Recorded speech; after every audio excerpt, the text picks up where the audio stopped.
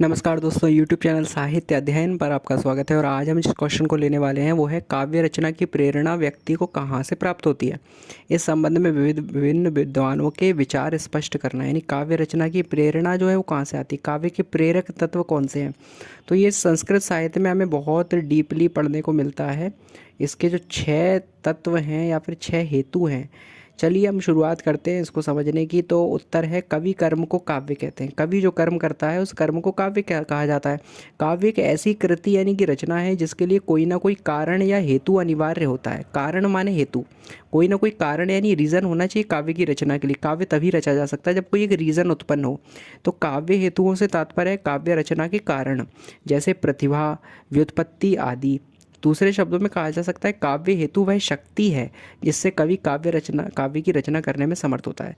तो कवि के पास वो शक्ति होती है काव्य हेतु की जिससे वो कविता की रचना कर पाता है। तो काव्य हेतु एक शक्ति का नाम है जो कवि के पास होती है। संस्कृत काव्य शास्त्र में भामह सबसे पहले आचार्य हैं जिन्होंने काव्य हेतुओं का विवेचन करते हुए प्रतिभा को काव्य का हेतु माना है। प्रतिभा यानी टैलेंट, टैलेंट होना ज़रूरी है, उसके बिना काव्य रचना नहीं की जा सकती। तो प्रतिभा को काव्य का हेतु माना है।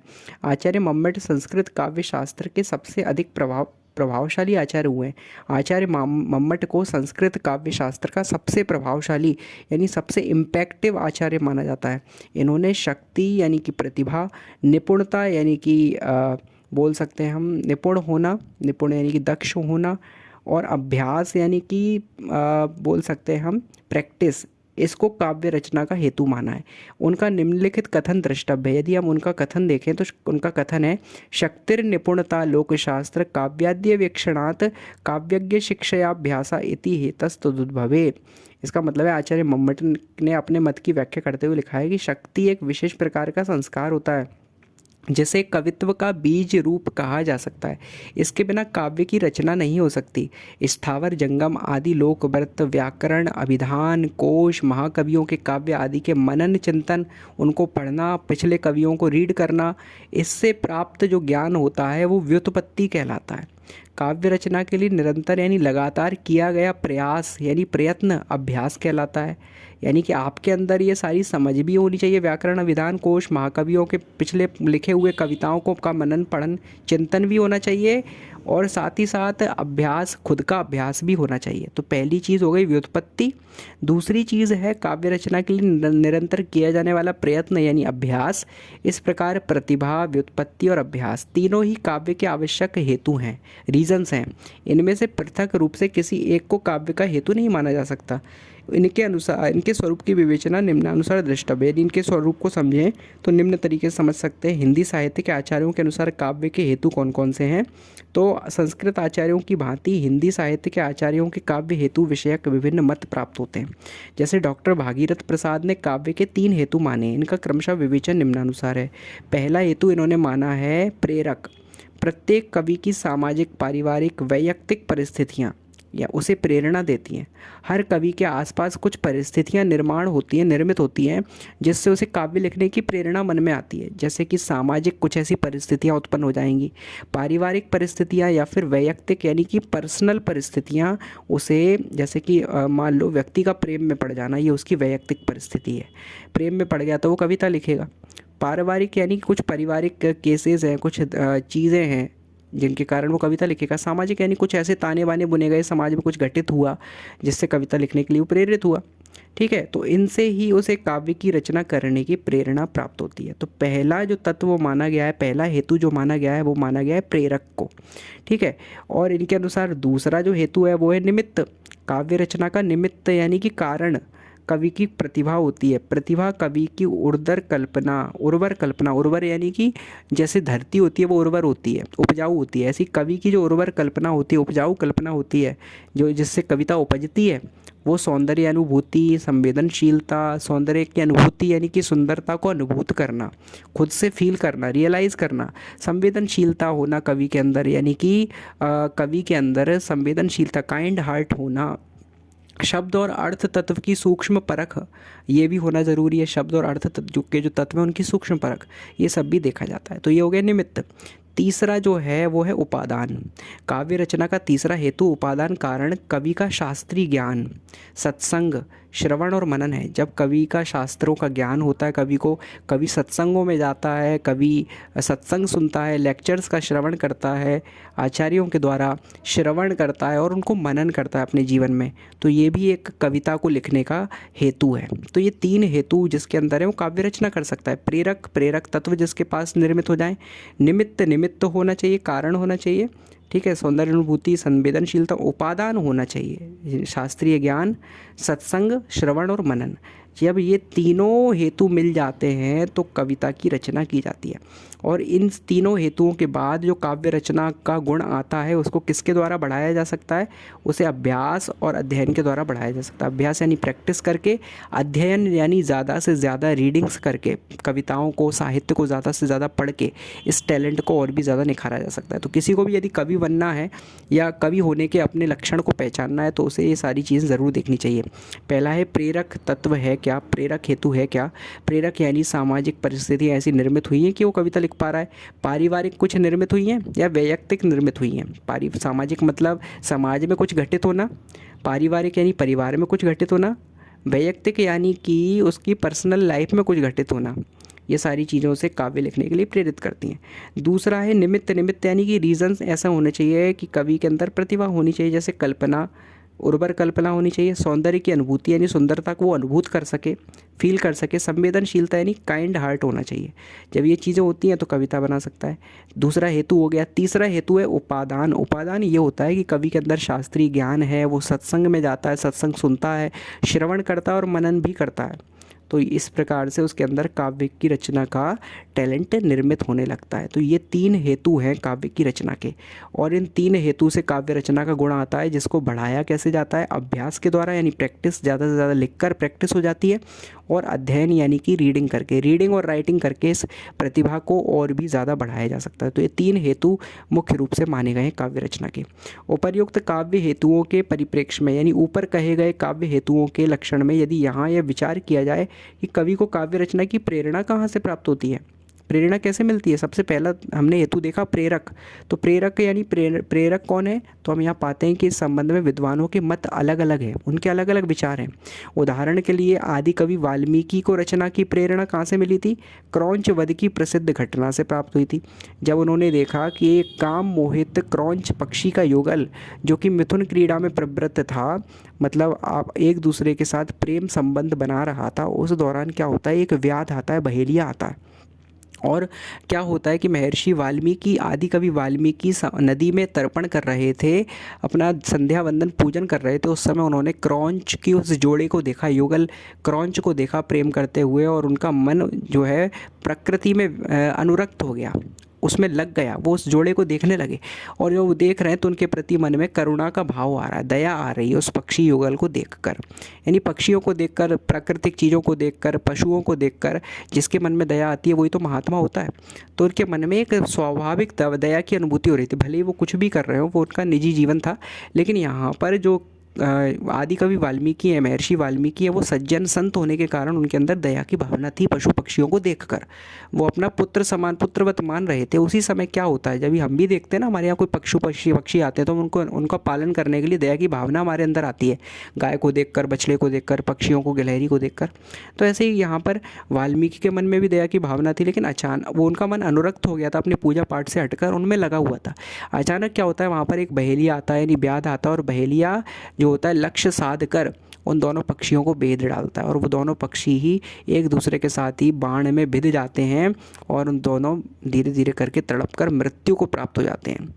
यानी कि दोनों बिंदते हैं या नहीं, इस पर हमें विचार करना पड़ेगा, एक बार मनन पठन करना पड़ेगा। लेकिन क्रौंच जोड़े में से शायद जो पति होता है वो तो बिध जाता है बाण के द्वारा, और पत्नी जो होती है वो विलाप करते करते विरह की भावना में, पति की याद में वो भी मर जाती है, वो भी उसी क्षण मृत्यु को प्राप्त हो जाती है। ये सब दृश्य महर्षि वाल्मीकि देख रहे होते हैं, और महर्षि वाल्मीकि जी को बहुत दुख होता है, और उस दुख के साथ साथ उनको क्रोध आता है उस बहेलिए पर।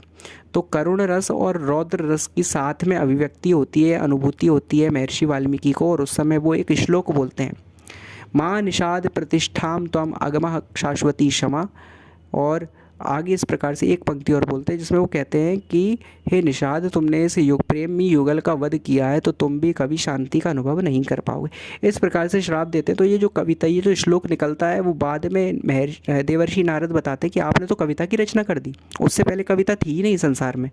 तो कविता की शुरुआत ही ऐसे हुई, करुण रस जब उनके मन में आया प्रेमी युगल जोड़े को का वध देखकर, तो यहाँ पर श्रृंगार रस भी हो गया, करुण रस भी हो गया, रौद्र रस भी हो गया। इस प्रकार कविता महर्षि वाल्मीकि थे, इस दृश्य को देखकर उनके मन में ये देखिए एक सामाजिक ताना बाना है। हम इससे समझ सकते हैं कि प्रेरक तत्व हमें कहाँ से प्राप्त हुआ। समाज में कुछ घटित हुआ, हमारे मन में आंदोलन की भावना आई और हमने लिख दिया। ये कविता का प्रेरक तत्व है। प्रेरणा कहाँ से मिली?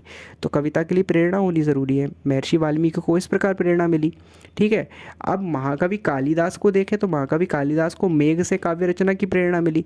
महाकवि कालिदास ने यहाँ पर अपना ताना बाना बुना है कि उस समय क्या होता है कि एक जो उनका यक्ष है पात्र उनकी कविता का, वो रामगिरी के आश्रमों में है, अपनी पत्नी से बिछड़ा हुआ है, श्राप के कारण कुबेर का श्राप मिला है। इस कथा को यदि आप और सुनना चाहते हैं अच्छे से तो यूट्यूब पर आपको प्राप्त हो जाएगी, मेरे द्वारा भी बनाई हुई है। तो यहाँ पर जो यक्ष है वो अपनी पत्नी से विरहित है और श्राप के कारण रामगिरी के पर्वतों पर रुका हुआ है, आश्रमों में रुका हुआ है, और वहाँ 1 साल का लंबा समय हो गया। वो अपनी पत्नी को, अपनी प्रिया को याद कर रहा है। उस समय वो बादलों को आते हुए देखता है। कोई एक भी चेतनावान चीज़ों से दिखाई नहीं दी, प्राणियों से दिखाई नहीं दिया जिससे वो अपना संदेशा कह सके। लेकिन जब वो बादलों को आते देखता है तो चेतना शून्य हो जाता है, वो बादलों को सजीव समझ बैठता है। और बादल जो है, एक बादल हाथी के आकार का बादल, अब बादलों की तो विभिन्न आकृतियाँ निर्मित हो जाती हैं, तो एक हाथी की आकृति जैसा बादल जो होता है वो बार बार पर्वत से टकरा रहा होता है। अब चूंकि बादल तो निर्जीव तत्वों से बना हुआ है, धुआं, अग्नि, पानी, है ना, इस प्रकार से, लेकिन वो समझ लेता है उस बादल को सजीव एक व्यक्ति मान लेता है, और वहाँ पर वो अपने अंदर की हृदय की सारी वेदना को बादल के सामने प्रकट करना शुरू कर देता है। इसी प्रकार उस कविता का नाम पड़ गया मेघदूत। मेघदूत यानी मेघ को दूत बनाया गया। तो कालिदास ने मेघ से काव्य रचना की प्रेरणा प्राप्त करी, यानी किसी न किसी से प्रेरणा प्राप्त की जा रही है यहाँ पर। तो हिंदी साहित्य के भक्ति काल के कवियों की मूल प्रेरणा का स्रोत था इष्ट देव का चरित्र, यानी कि जैसे सूरदास, मीराबाई, तुलसीदास इत्यादि को देखें तो भगवान श्री कृष्ण, भगवान श्री राम का जो चरित्र था उनकी स्तुति करना, उनके बारे में लिखना, उनकी कथाओं का वर्णन करना, ये उनका प्रेरक तत्व रहा। उनके इष्ट, उनके आराध्य ही उनके प्रेरक रहे। भारतेंदु युग के कवि अपने समाज और राष्ट्र की दुर्दशा से क्षुब्ध होकर काव्य की रचना में प्रवृत्त हुए। तो भारतेंदु युग के जो कवि हुए उनके लिए जो उनका देश था या देश में पराधीनता की जो भावना थी वो उनके लिए प्रेरक रहा। महादेवी वर्मा और सुमित्रा नंदन पंत ने विरह वेदना को काव्य रचना का मूल कारण माना। उनके मन में जो विरह वेदना थी, दर्द था, अपने प्रियतम से बिछुड़ने की तकलीफ थी, उसको उन्होंने कविता का प्रेरक तत्व माना। तो इस प्रकार से सबके जो प्रेरक तत्व हैं, प्रेरक जो हैं वो अलग अलग हैं। मतलब प्रेरक तो होना चाहिए, काव्य की रचना के लिए प्रेरणा का होना आवश्यक है। प्रेरणा नहीं होगी तो काव्य रचना नहीं होगी। बस देखने की वाली बात यह है कि किसके जीवन में प्रेरक कौन रहा। तो सबके कवियों के जीवन में अलग अलग प्रेरक रहा है। तो कविवर पंत जी की ये पंक्तियाँ दृष्टव्य यानी देखने योग्य हैं। वियोगी होगा पहला कवि, आह से उपजा होगा गान, उमड़कर आँखों से चुपचाप बही होगी कविता अनजान। यानी वियोगी होगा पहला कवि, जो पहला कवि रहा होगा वो कोई कहीं ना कहीं वियोगी रहा होगा। देखिए आदि कवि के ही जीवन को देखें तो वियोगी रहे हैं। वियोगी मीन्स उन्होंने खुद का तो कोई वियोग नहीं देखा, खुद के जीवन में तो उन्होंने अपने प्रेमी से कोई बिछुड़ना सहा नहीं, लेकिन दूसरे के बिछुड़ने को वो हृदय में फील कर गए। उस पक्षियों के युगल को जब उन्होंने देखा कि पति मर गया और पत्नी तड़प तड़प के कैसे शरीर त्याग रही है, वो क्रौंच पक्षी मर गया और उसकी जो क्रौंची थी, उसकी पत्नी जो थी, वो अपने पति की याद में कैसे अपने शरीर को त्याग रही थी, वो सारी की सारी घटना, वो सारा दृश्य उनके हृदय को चीर गया। जब किसी की आंखों के सामने उसका प्रेमी मर जाए और वो उसके लिए तड़प तड़प कर अपना शरीर त्याग दें, तड़प कर उसके हृदय में ऐसी तड़प उठी कि उसको अलग से आत्महत्या करने की ज़रूरत ना पड़ी, वो अपने प्राणों को धारण न कर सकी। इतनी तकलीफ़ उसके हृदय में उत्पन्न हुई होगी अपने लवर को, अपने प्रेमी को, अपने साथी को मरा हुआ देखकर, अपने सामने मृत देखकर। तो उसने तड़प कर अपने शरीर के प्राणों का त्याग कर दिया। जब ये चीज़ आदिकवि वाल्मीकि ने देखी तो उनके हृदय में भी वियोग उत्पन्न हुआ ना, भले वो वियोगी नहीं थे। तो यहाँ पर सुमित्रा नंदन पंत कह रहे हैं वियोगी होगा पहला कवि, आह से उपजा होगा गान। उसकी आह से, उसकी तकलीफ़ से ही गान उपजा होगा। तो एक तरह से देखा जाए तो इस दुनिया की पहली कविता की रचना का श्रेय महर्षि वाल्मीकि को नहीं बल्कि उस क्रौंची को जाता है, उस स्त्री को जाता है, उस नारी को जाता है, उस पक्षिणी को जाता है जो पक्षी थी क्रौंची, जिसने अपने प्रियतम पक्षी की मृत्यु के बाद अपने शरीर को त्याग दिया था। वियोग तो वहीं से आया महर्षि वाल्मीकि के हृदय में। तो दुनिया की पहली कवि वो महर्षि वाल्मीकि नहीं, बल्कि वो पक्षी है, वो क्रौंची पक्षी है जो अपने पति की याद में मर गई। वो पहली कवि है, संसार की पहली कवियत्री है। तो वियोगी होगा पहला कवि, आह से उपजा होगा गान, उसकी आह से ही गान उत्पन्न हुआ है।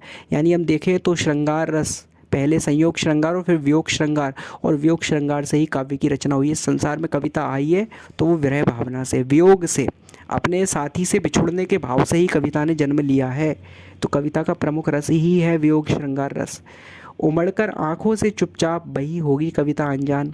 यानी अब यहाँ वाल्मीकि पे आ जाए तो उनकी उमड़कर आँखों से चुपचाप, उनकी आँखों से अश्रुओं की धार बही, वहीं से कविता अनजाने में प्रकट हो गई। महर्षि वाल्मीकि को नहीं पता था कि ये तो कविता है, ये जो मैंने श्लोक बोला है, माँ निषाद प्रतिष्ठाम त्वम अगमा शाश्वती क्षमा, इस प्रकार से जो कविता मिथुनादेकम भवती काम मोहितम, ये कविता थी। महर्षि वाल्मीकि खुद नहीं जानते थे कि मैंने कविता की रचना कर दी है। नारद मुनि ने आकर बताया कि ये तो छंदबद्ध रचना है, अनुष्टुप छंद समाया है इसमें। तो बही होगी कविता अनजान, इस प्रकार की पंक्ति सुमित्रानंदन पंत जी ने लिखी। वियोगी होगा पहला कवि, आह से उपजा होगा गान, उमड़कर आँखों से चुपचाप बही होगी कविता अनजान। इस प्रकार प्रगतिवादी और नई कविता के कवियों की प्रेरणा का स्रोत मार्क्सवादी जीवन दर्शन, सामाजिक विषमता, शोषक वर्ग की विलासिता और उत्पीड़न की प्रवृत्ति, विभिन्न प्रकार के तत्व जो हैं वो उनकी प्रेरणा हो सकते हैं। किसी शोषक वर्ग को देखना, किसी के उत्पीड़न को देखना, सामाजिक विषमता को देखना, किसी के जीवन दर्शन को देखना, शोषित वर्ग को देखना, दीनता हीनता को देखना, ये सब क्या है, कविता के तत्व हैं। उपर्युक्त विवेचन से स्पष्ट है कि हिंदी साहित्य के इतिहास के विभिन्न युगों में विभिन्न वर्गों के कवियों की काव्य रचना की प्रेरणा के मूल आधार भी भिन्न भिन्न रहे हैं। अलग अलग कवियों ने जो काव्य रचना की है उनकी प्रेरणा के आधार अलग अलग रहे हैं। इन्हें संक्षेप में निम्नलिखित रूप में विभाजित कर सकते हैं यानी बांट सकते हैं। पहला, बाह्य प्रकृति और जगत के किसी दृश्य घटना परिस्थिति या अवस्था का प्रभाव पड़ना, ये एक प्रेरक हो सकता है। दूसरा, किसी व्यक्ति, आश्रयदाता, गुरु या मित्र की प्रेरणा हो सकती है। तीसरा, किसी विचार या जीवन दर्शन का प्रभाव हो सकता है। चौथा, लौकिक या अलौकिक प्रणय, प्रणय यानी मिलन, लौकिक यानी सांसारिक मिलन, किसी अपने प्रेमी से मिलना। अलौकिक यानी कि ईश्वर के साथ मिलन, जैसे मीरा ने लिखा, राधा का प्रेम था, महादेवी वर्मा का प्रेम था। विरह या शोक की अनुभूति, गोपियों का भगवान से मिलना, ये लौकिक भी हो सकता है, अलौकिक भी हो सकता है। लौकिक यानी अपने सांसारिक प्रेमी से बिछड़ना, और अलौकिक यानी कृष्ण से गोपियों का बिछड़ना। लौकिक प्रेम यानी लौकिक मिलन यानी कृष्ण का राधा के साथ मिलन, गोपियों के साथ और मीरा के साथ मिलन, और बिछड़ना भी यही हो सकता है। लौकिक और अलौकिक, लौकिक हो गया हमारे व्यक्तिगत प्रेमी के साथ। तो लौकिक अलौकिक प्रणय भी हो सकता है, विरह या शोक भी हो सकता है, दोनों लौकिक हो सकते हैं अलौकिक हो सकते हैं। इस प्रकार चार जो है हेतु हो सकते हैं यहाँ पर दिए गए काव्य रचना के। इसके बाद लिखा है, उपर्युक्त में से प्रथम मूलाधार प्रकृति, जगत, व्यक्ति आदि के संपर्क से उत्पन्न किसी विचार या भाव की अनुभूति ही काव्य की प्रेरणा का मूल स्रोत है। इन सब में से जो प्रथम मूलाधार प्रकृति है उसमें, या फिर किसी जगत में व्यक्ति आदि के संपर्क से जो हमारे अंदर भावनाएं उत्पन्न होती हैं, वो काव्य की प्रेरणा का मूल स्रोत है। ठीक है, प्रत्येक व्यक्ति की अनुभूतियाँ काव्य की प्रेरणा नहीं बन सकती। हर एक व्यक्ति की अनुभूति है, मतलब संसार में सभी कुछ ना कुछ फील करते हैं, लेकिन क्या सारे के सारे कवि हैं क्या? नहीं, सब कवि नहीं है। तो हर एक व्यक्ति की अनुभूति काव्य की प्रेरणा नहीं बन सकती। जिस व्यक्ति में काव्य रचना की प्रतिभा या शक्ति होगी, पहले से टैलेंट होना चाहिए, काव्य प्रतिभा की शक्ति या प्रतिभा होनी चाहिए, वही काव्य रचना कर पाएगा। वरना फीलिंग्स तो सबके मन में आती है, सब कवि क्यों नहीं बन जाते? उसी की अनुभूतियाँ काव्य रचना की प्रेरणा दे सकती हैं। इसके साथ ही अनुभूतियों की सघनता, यानी अनुभूति कितनी घनी है उसके हृदय में, और मार्मिकता का योग भी महत्वपूर्ण है। निष्कर्षता यानी कि फाइनलाइज्ड तौर पर हम ये कह सकते हैं कि प्रतिभा यानी टैलेंट या शक्ति, निपुणता और अभ्यास ही सर्वमान्य रूप से काव्य के हेतु है। सर्वमान्य रूप से देखा जाए तो क्या क्या काव्य के हेतु हैं? प्रतिभा, यानी प्रतिभा नहीं होगी तो सबके अंदर इमोशंस हैं, सब कवि क्यों नहीं बन जाते? प्रतिभा या शक्ति होनी चाहिए, निपुणता यानी टैलेंट होना चाहिए, और अभ्यास यानी प्रैक्टिस होनी चाहिए। मतलब पहले से भी आपके अंदर गुण होता है जन्मजात, दूसरा निपुणता और तीसरा अभ्यास। तीनों चीज़ें जब मिक्स होंगी तब कवि बन पाएंगे। इनके विद्यमान होने पर कुछ विशिष्ट व्यक्तियों की कुछ विशेष मार्मिक अनुभूतियाँ ही कवि के हृदय को काव्य रचना के लिए प्रवृत्त करती हैं। कुछ विशिष्ट लोग होते हैं, हर कोई नहीं कर पाता, और कवि के हृदयस्थ यानी हृदय में स्थित भावों को जागृत होकर काव्य का रूप धारण कर लेते हैं। कवि के हृदय में जो स्थित भाव हैं वो इन सब चीज़ों के योग से कविता का रूप जो है धारण कर लेते हैं। तो हर एक व्यक्ति कवि नहीं हो सकता, इन सब चीज़ों का होना आवश्यक है। इस प्रकार से हमने ये आंसर समझा कि कविता के लिए प्रेरक ज़रूरी तत्व कौन कौन से हैं। कविता रचना की प्रेरणा व्यक्ति को कहाँ से